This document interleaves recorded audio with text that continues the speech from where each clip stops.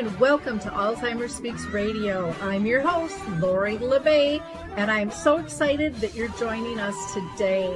We are going to have a fascinating conversation as usual as we learn from people all around the world at all ages and stages of life. Stay tuned as we shift our dementia care from crisis to comfort. Here we go. What you think about, you will bring about dementia change. We will. Well, hi, everyone, and welcome to Alzheimer Speaks. Today, we are going to be talking with Ginger Smith, who is living with dementia, and I can't wait to hear her story. It sounds almost unreal, but that's not uncommon when it comes to dementia with the struggles of getting diagnosed. So I know we're going to have a fascinating conversation. But before I introduce you to Ginger, I want to just encourage you to go to alzheimerspeaks.com. Check out all of our free educational resources. That's what they're there for. You can also access our book, Betty the Bald Chicken, Lessons in How to Care. It's a great way to get a conversation started of, if you're diagnosed, how you want to be cared for. And for those that care for you, helps them take a look at what they're doing, why they're doing what they're doing as well. And then, of course, you can always go to dementiamap.com, which is our global resource directory. And then last, I just want to mention two support groups I do. One is Caregiver Connect, which is in person at the Shoreview Community Center in Minnesota, the last Wednesday of the month from 10 to 11:30. We have care partners in one group, and we have respite care for those living with dementia in another. The second group is an online memory cafe, Arthur's Memory Cafe. That was one of the first in the country. And we meet the second and the fourth Wednesday every month online from 1 to roughly 3 p.m. Central Time. So that would be 2 to 4 Eastern. And for either of those, you can reach out to me at radio@alzheimersspeaks.com. I want to tell you next about Q-Block, and then we'll be right back with Ginger. I also want to introduce you all to Q-Blocks. They have been absolutely excellent to deal with. They have been in business for 18 years and they serve the globe. I can't say enough good things about this company. I've had a lot of bad experiences. I don't know about you with tech companies. They have made a very complicated process very easy. And their staff is so kind, so polite, so respectful to work with. And, when I am frustrated and ready to pull my hair out, they just smile and tell me everything's going to be okay. And they really are just on top of the communication, which alleviates so much stress as an owner when you're dealing with tech issues. You can get a 10% discount. Visit them at Qblocks, that's QUEBLOCKS.com, or you can email them at letstalk@qblocks.com. For that 10% discount, just put Lori, Lori, in the inquiry form. And again, I don't think you'll be disappointed. I surely haven't been. I can't rave enough about this company. And that's kind of rare these days. So Ginger, I'm so excited to have you on the show. I always love hearing people's personal stories of living with dementia. I think they are so powerful and so insightful and something that the public can't get enough of. And that goes for both people newly diagnosed because they struggle with what to expect, their families and professionals. All of us need to hear your story. So first of all, thank you for taking the time to be with us today. I really, really appreciate it. Oh, I'm just so honored. I respect you so much, Lori, and your association. You do a beautiful thing, very, very needed right now with a population, elderly population, coming strong. We just need so much education, so much resource, so much. I'm all for that. So if a tiny bit of my story can help others, that's what I'm committed to do. Wonderful. Well, thank you. I'm going to have you kind of give us a little background on yourself prior to dementia, what was your life like? Well, I'm gonna be 87. I'm a 86-year-old woman who about 10, 12 years ago, I was a speech language pathologist. I had to retire due to symptoms of dementia. And early on, it was thought it was Alzheimer's because, of course, that's the most common, 80%. But I also demonstrated physical symptoms of shuffling walk, horrible tremors. And so they threw in Parkinson's.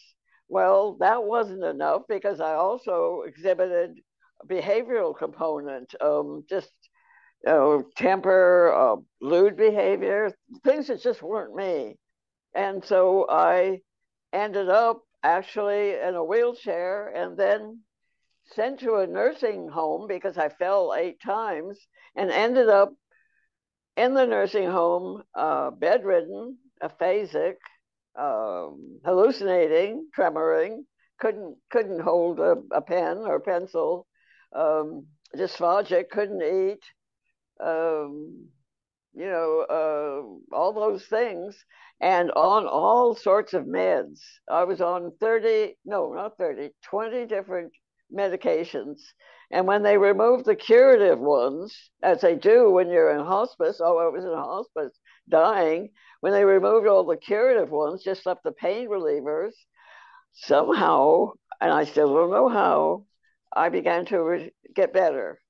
Well, I think that's not as uncommon as we think it is. We put pill after pill after pill after pill out there, and we're not looking at how they're interacting with one another. And it can cause a lot of problems if people really aren't on top of it. But, as a patient, we think our doctors know what they're doing. And we trust them to know what they're doing. And most of us, I mean, I know I never knew that you could go to the pharmacist and ask them to analyze all the medications together and how they react to one another. So Yeah, you you would think that out. so because I belong to Kaiser, which is a very, to be preventative. Mm-hmm. They, why the pharmacist didn't say, "What are you doing to this woman? Why are you giving her antipsychotics? Why are we giving her all these meds?" And they didn't. And like, fortunately, because I was dying, they removed those things, and slowly. It was slow. It was, it took over a year and a half. That was just about exactly 3 years to this day that I came home, Wow. and getting better slowly. That's incredible. Now, when you were going through all of this, and if you're not comfortable sharing this, that's okay too. But did you have family? Were you married or have anyone living with you that could see what was going on? I'm not married, but my son lives next door, and he's very brilliant, and he researched, but he had a mindset that didn't accept. I was diagnosed finally. I got to throw this in with Lewy body because I just fit all the symptoms of the physical, the mental, the behavioral, all that.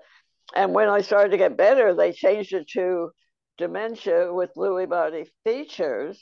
And then when I came home, I petitioned Kaiser, my medical program, to take dementia right off the list, and they did. They did, and they even took off voluntarily bipolar once, which I had been diagnosed, God, about, pardon me, about 20 years ago. Actually, it was Lewy body features at that time, 20, 30 years ago. Lewy body just wasn't known that much. And so they diagnosed me with bipolar, which I never really had. And I'm clear to that now.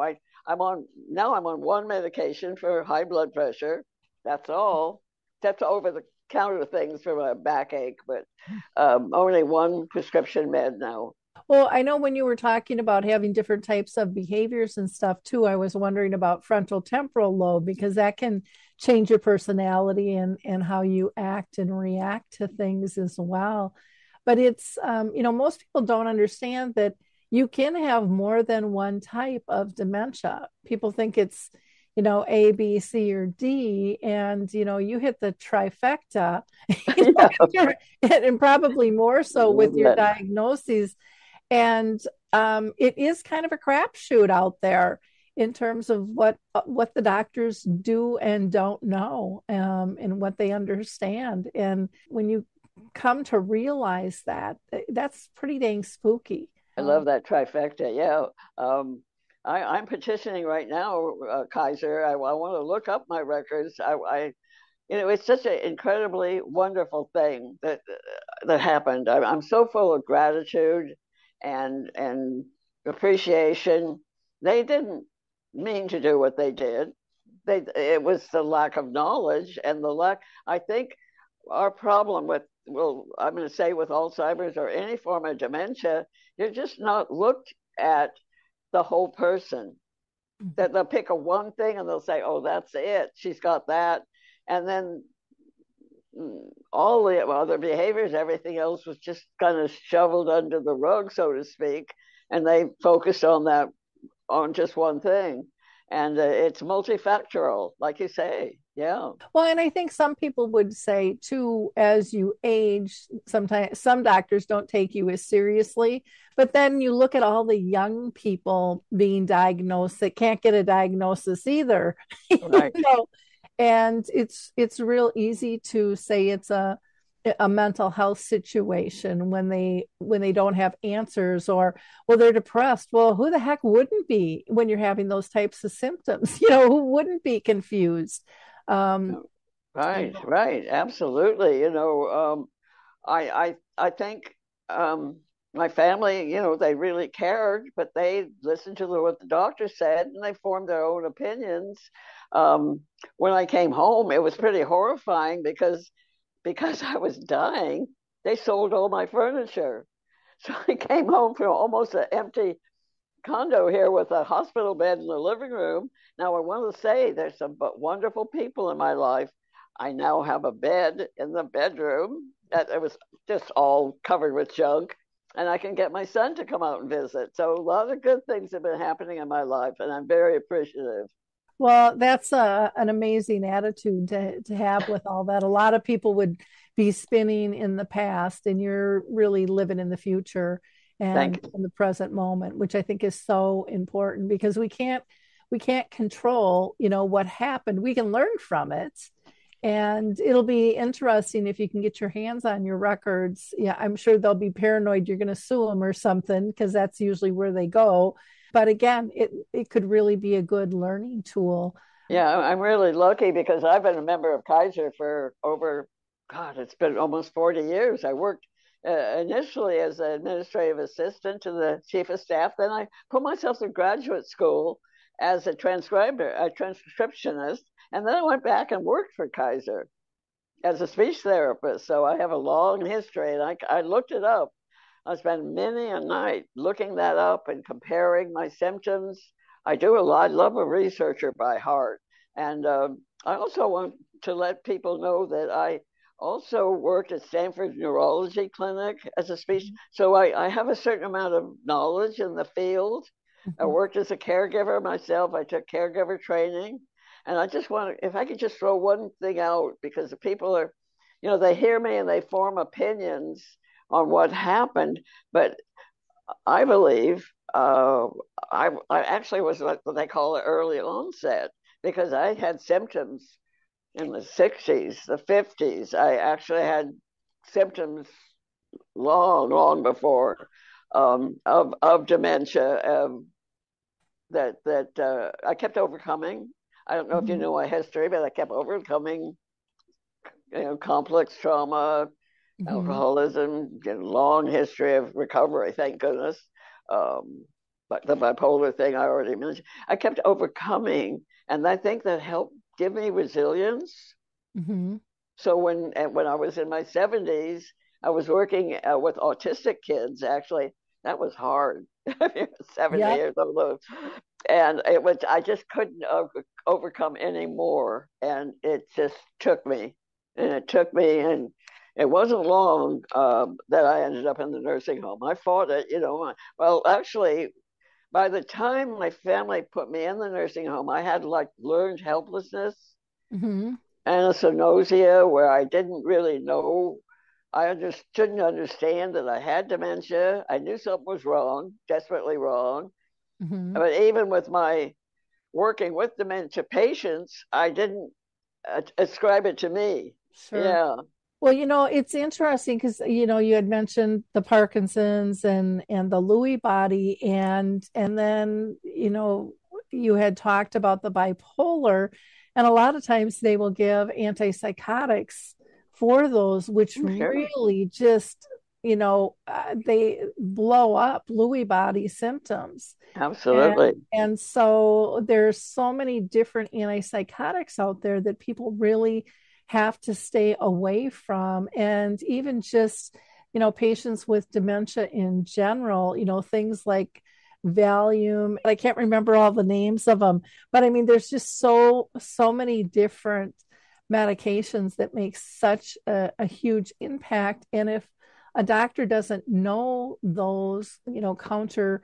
reactions, they're not going to pick up on it. Or if no one's diagnosed the Lewy body yet because they're calling it bipolar, and then they're going to give it because, well, this works for that.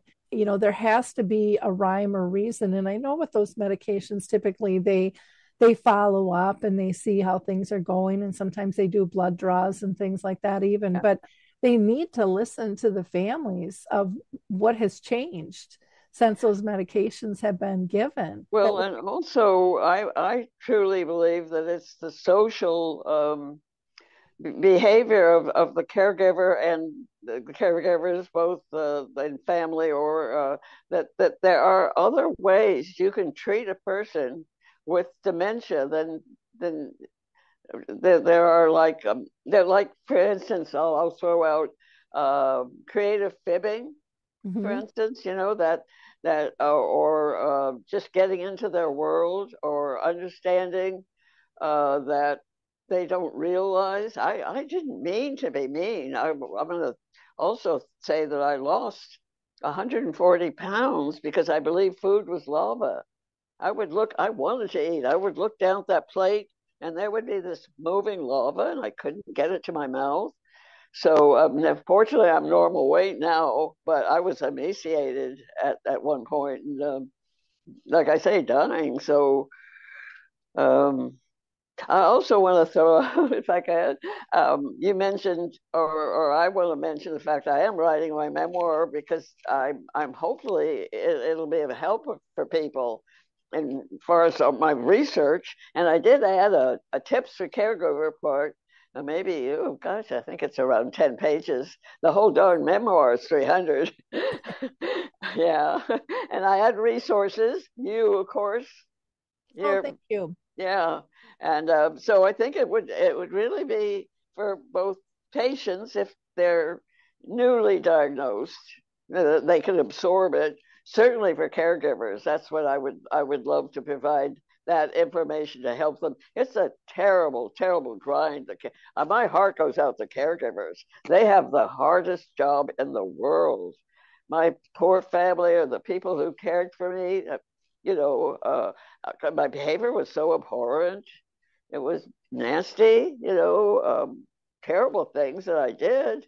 And I didn't mean to. I didn't mean to refuse showers or refuse food. It wasn't because I hated them. I actually have reason in my head for it. Oh, sure. Well, like you said, when the food is moving and it looks like lava, that's the last thing you want to put in your mouth, or even if you're trying to get it, if it's moving, in your eyes, that makes it difficult. And there's always a reason for the reaction. And I think we don't ask that question enough. What is the reason? We label it instead. We label it a behavior instead of it's a clue for us to figure out something's wrong because this isn't their normal behavior. No, And so something is off, and we have to start looking a lot of times, I think, at the environment because it can be lighting, it can be sound, it can be colors, it can be taste. I mean, it can be so many different things. It can be medications, that aren't yeah, mixing well together. But there's always There's always a reason if we slow down and look for it. I just read somebody the other day. I did, like I say, I gather stuff from a lot of sources in my tips for caregivers. Whatever I can see that, but I'm doing it as a perspective of someone who lived it. Mm-hmm. Most of the books out now are written by caregivers, and I'm someone who came back and lived it, and I can say what was in my heart, what was in my mind, compared to, so I think I could give that lived perspective a twist. Oh yeah, because we're just all guessing.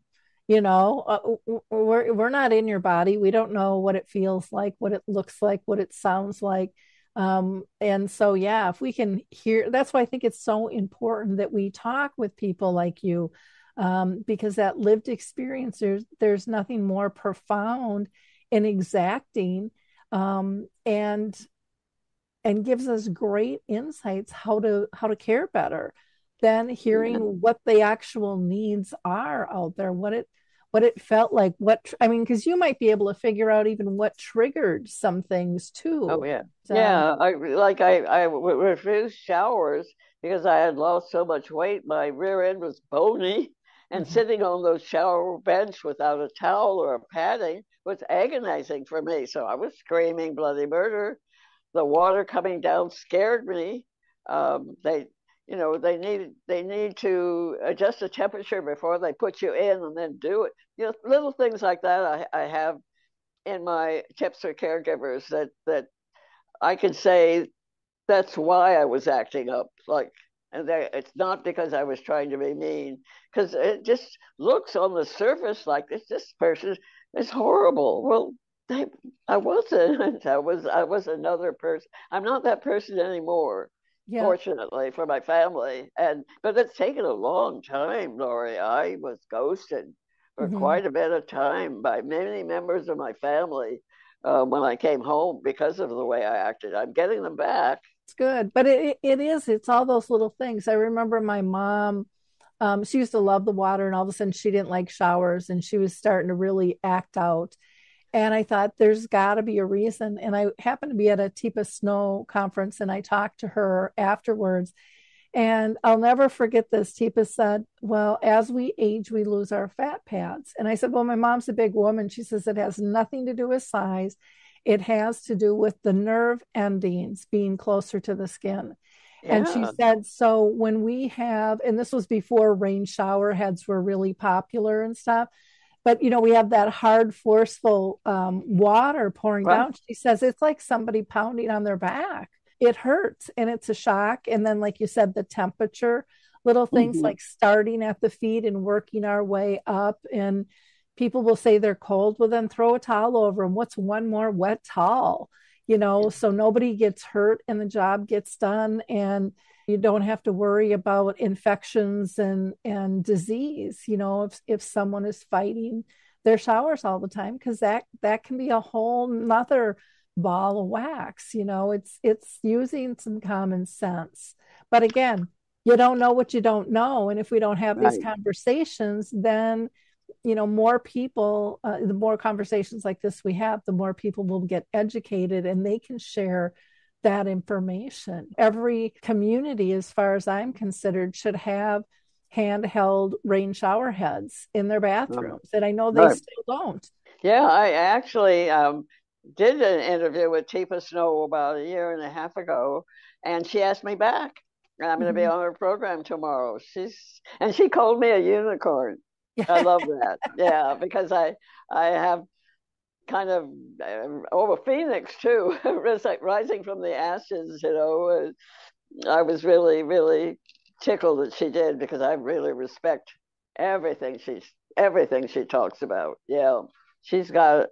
So I incorporated a lot of my Chapa Snow's advice, Mhm. giving it my own angle, and I think that people will be really happy to. I hope read it because I'm committed. This is my goal in life is to help out.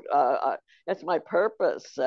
It's almost like, well, I had a near death experience, dying, Mhm. and it's like I came back for a reason, maybe to help caregivers, to help people with my lived experiences of that not too many people can talk about being what happened and come back from it.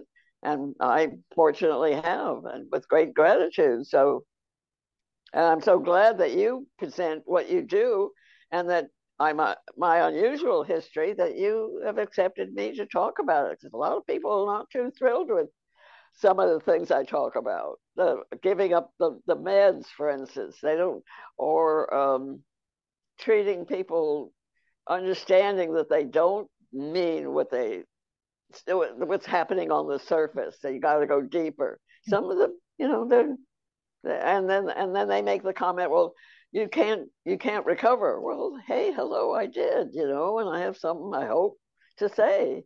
I don't have forever, being 86, I they say you have a 50% chance of getting Alzheimer's or any sort of dementia at my age. I want to know. I passed a long 3-hour neurological evaluation not long ago, and I passed it with above average to above answers, and so I was cleared. I was able to get dementia cleared from my record too. Wow, that's amazing. I know I've tried to get a couple of things off my chart. When I was giving care, I ended up having asthma, and I took a small like anti-anxiety type medication, and I said, I don't need that anymore. I just want that off. Oh no, we can't pull anything off your record. And I'm like, it was all triggered from the stress. And it's Yeah, like, well, whatever, I haven't had it since 2001 when my dad died, for the anti-anxiety and my asthma. I haven't used my inhaler and I can't even tell you how long. And so it's kind of amazing what stress can do for our bodies. And then you add in all these other things. I can't even imagine being on 20 different medications, and the diagnosis that you got, they're all major, they're big things. I'm a firm believer. I mean, I would love a cure, and I believe there are some medications that can help you not progress as fast, but I don't see a cure out there. Probably in my lifetime. I'm 64. I would love to see that come to fruition. But it to is. me, dementia is kind of like cancer. There are many different forms of cancer, and there are many different forms of dementia. And we seem Yeah, to still be focusing on just kind of one theory based. I know many are trying to break through with other types of theories, but I think there's going to be a lot of different treatments for the different types. And then when you have multiple types, just like people have, their cancer metastasizes, and now they've got lung cancer and they've got liver cancer, that changes their treatment plan. yeah. And Dementia being a kind of an umbrella word too, yep, and yep. yeah, and it seemed like I had pieces of different ones. Mhm. And frontotemporal was one they threw out at me because of the behavioral aspect. That's Bruce Willis happened to Bruce Willis, and Robin Williams is my hero. What he went through, just horrible, horrible. That brilliant brain of his attacked, and it can attack anybody.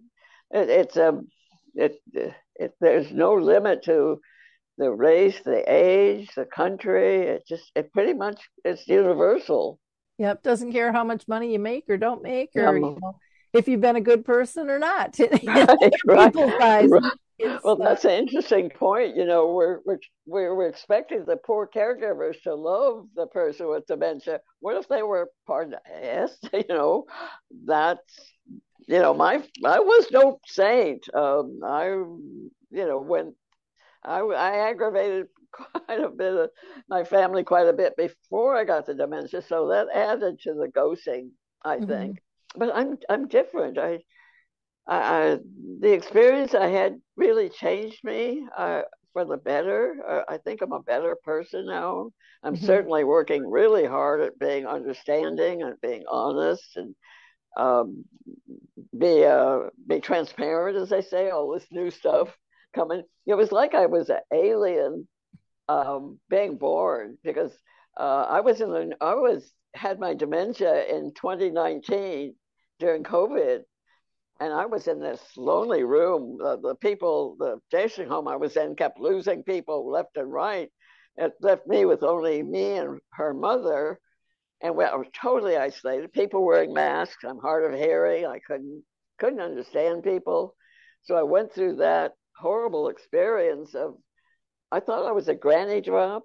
You know what a granny? Yeah, Yep. because yeah, my family had said we can't see you for 3 months.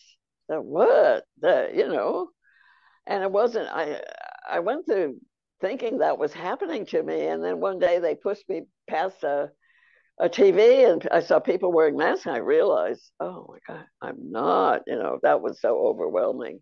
What a wonderful feeling that was, not to be have that abandoned feeling and realize I wasn't. Yeah, and there are families that do the granny drops at a hospital or an airport, all kinds of different places. It's just unbelievable. I couldn't imagine that. Yeah, But it does happen. And the pandemic, I think, made everybody look at the world a little bit different. And I think it got a lot of people to be much more compassionate towards how we do care for people in community, because they were feeling isolated, by themselves, not being able to go into work, not being able to see friends. And I think that opened family and friends' eyes of what a loved one's going through in a community as well. I think it opened up Zoom, which I didn't even know existed when I Mm-hmm. came home, and I was still isolated. I was still ghosted, and I got this wonderful volunteer from Peninsula Family Service. I think almost every community has something, Mm-hmm. or if it doesn't, they sure should. That I've taken a lot of advantage of. Wonderful people in this world. Network, no, next door. I belong to a next door organization. Uh-huh. Oh my God. They have provided, I think I told you, they came in and cleared out my bedroom. Uh, they're my family now, in a way. I've established a real family, a real connection. I'm so grateful for them and for the people who have come back in my life. I had a horrible experience that in 29, what was it, 2019, almost 2020, when the sky turned red in California because of the fires. Mm-hmm. And I truly thought I'm lying in bed, I'm motionless, I can't get out of bed at that point. And she had just fired a bunch of her employees because she didn't have any people left to take care of. And I thought, wow, I'm just going to lie here and get burned to death. I begged them to put me on the floor, at least so I could crawl. Um, oh, those were tough days. Yeah, there was a lot going on, that's for sure. When you look back, I mean, I think as a kid, and granted, our TV didn't cover near what it does today, but boy, the world is so fast paced, and there's so many tragedies that we Yeah, hear about. yeah, And when you're by yourself, I mean, I know a lot of people my age, both younger and older, don't even watch the news anymore because it's just too mm. much tragedy, Oh, it and is.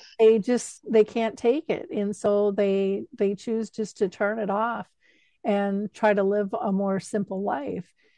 Is that good or bad? I don't know. I'm one of those. I don't watch the news near like I used to because I find it gets me down at times. I do too, but I'm drawn toward it for some reason, and I yeah, I have to admit I do watch certainly more than I should. I want to add something about my recovery, if I may, that I Sure. think really has helped a great deal is something called neuroplasticity. Hmm. I think that I was born with some sort of, I hope, I don't know. They'll have to do an autopsy. Wait till I die, but I'm donating my brain. I just talked to my son the other day. I said I wanted to go to Stanford. I, and he agreed. So I'm in that process. But Yeah, I think there was something in the neurons, maybe that quick weight loss pruned. They call it autophagy.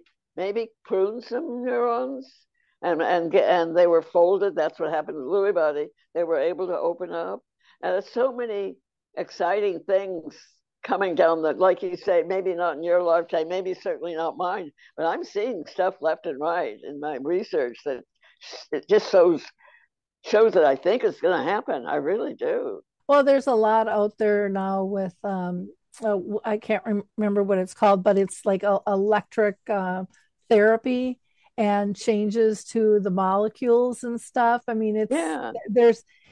it's just constant, but they need more money for all these varied things, and I think we need more money poured into our care system too for social support, like if it's via Zoom and getting people equipment and internet, or if it's in-person meetings. I think that social aspect is so critically important.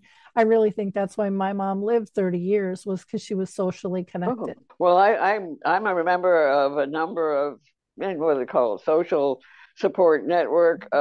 Dementia Alliance is one of very, very wonderful, like part of this. I call it my posse. Yep, Dementia They're Action part of my Alliance. posse. Also, Life Ring and Women for Sobriety, because I did have a history of drinking too much long time ago. I'm a long time survivor of that. But yeah, I like I say, I'm petitioning Kaiser. There's a test that they're doing a blood test now Mhm. that they can see certain things that are precursors to dementia that they're discovering, and that's, to me, that's exciting too. Because if you catch it early, there's so much more you can do with somebody. You can teach them ways and systems that can help before they have to pile on the meds. I understand. I mean, I'm not totally against meds. At my worst, I can understand why they had to give me. Man, I was screaming. They had to put me in a special room. I screamed so much.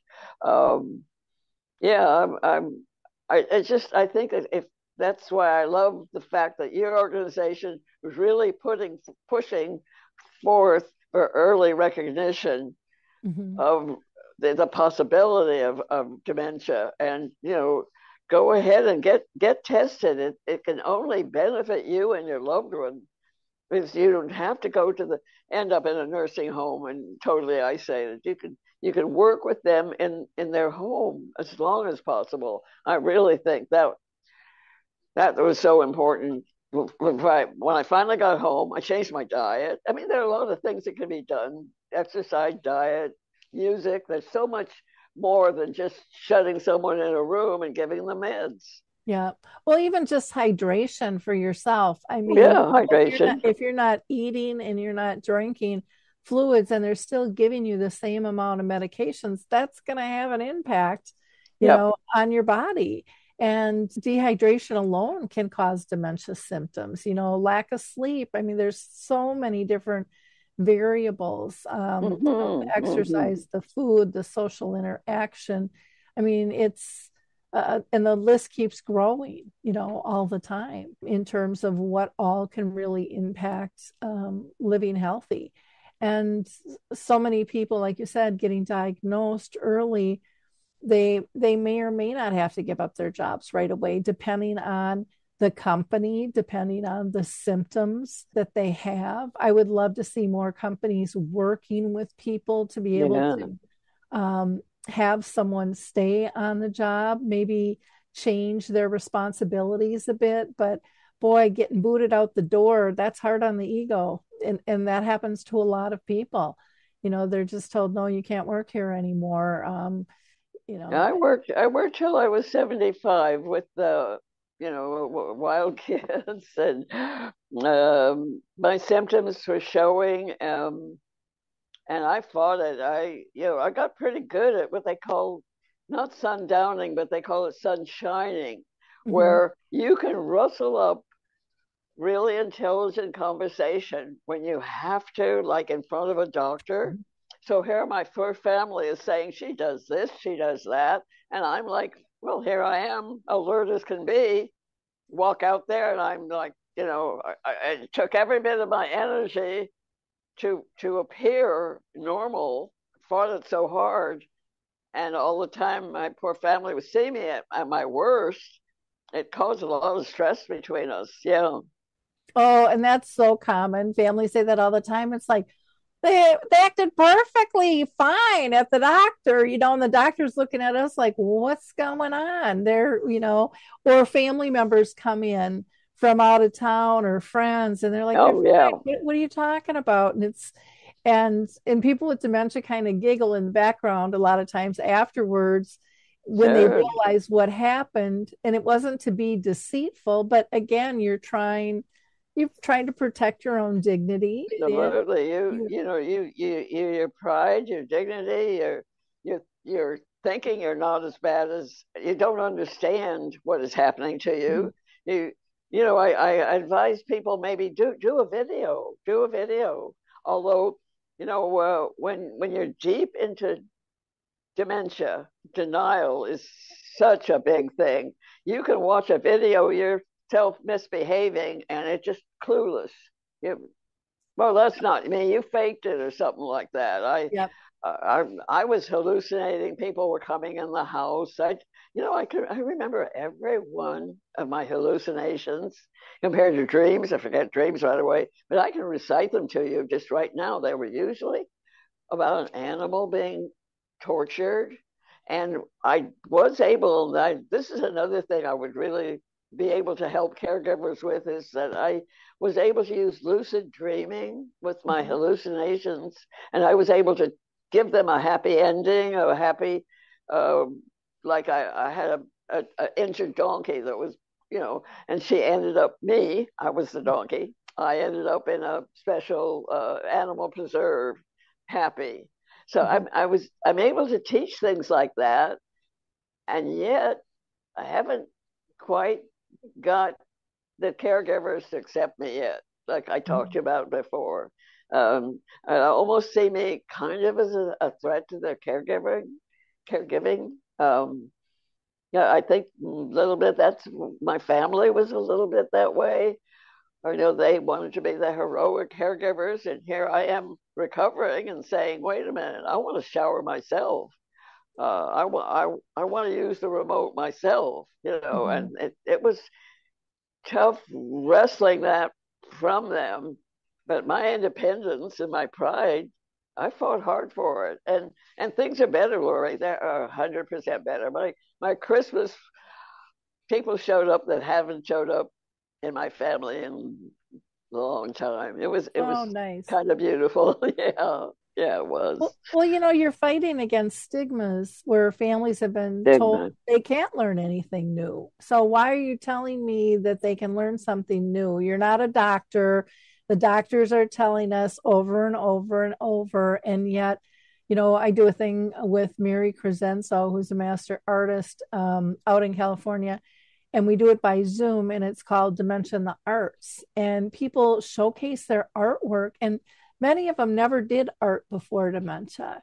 And, things from jewelry and painting and photography and molding, and I mean, just all kinds of things. And, we're doing it to help break down those stigmas of, that is not true. Everything that we hear is not cast in stone, and every person is different, so they're going to react different. And I think the one thing, to me, if a caregiver has to learn that'll help them is try it. You got nothing to lose. Just try something new. The worst that's going to happen is you're going to be right and it didn't work. But you might see a miracle before your eyes. And I would encourage you to try it more than once in different times, because what works in one moment might not work the next. But to not be so rigid. I think we really have to be fluid when we're caring for somebody with dementia.